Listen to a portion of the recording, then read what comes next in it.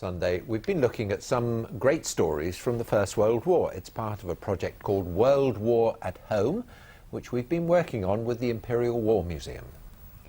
One of the most extraordinary events of the conflict took place in our region right at the end of the war. As Sean Peel reports, it happened in Essex and Suffolk and was known as the Harwich U-boat surrender.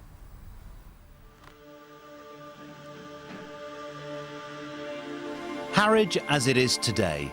But rewind to November 1918, it is the end of the Great War, and in the waters off Essex, Germany's mighty fleet of U-boats surfaced from beneath the North Sea and surrendered.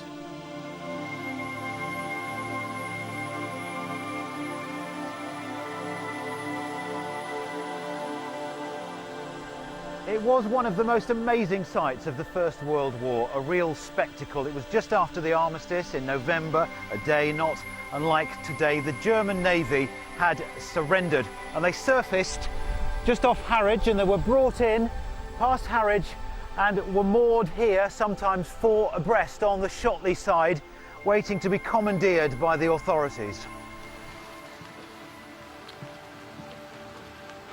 David Whittle from the Harwich Society has researched the story.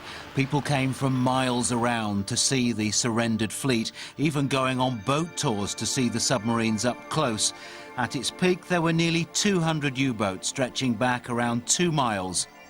It was very, very important to make sure the vessels hadn't been booby-trapped in any way. Those countries, which were our allies, had the first pick of any submarines that they wanted to have to increase their submarine fleet. The rest were gradually broken up, and there's nothing much to be seen of any of them today.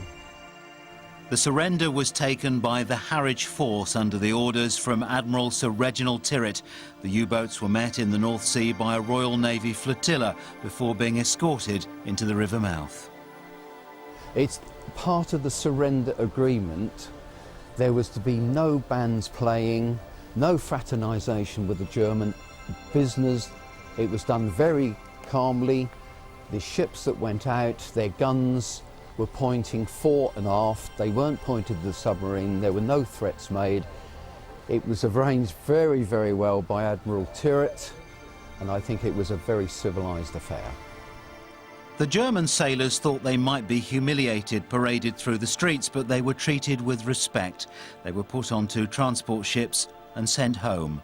They never set foot on English soil. Sean Peel, BBC Look East, Essex.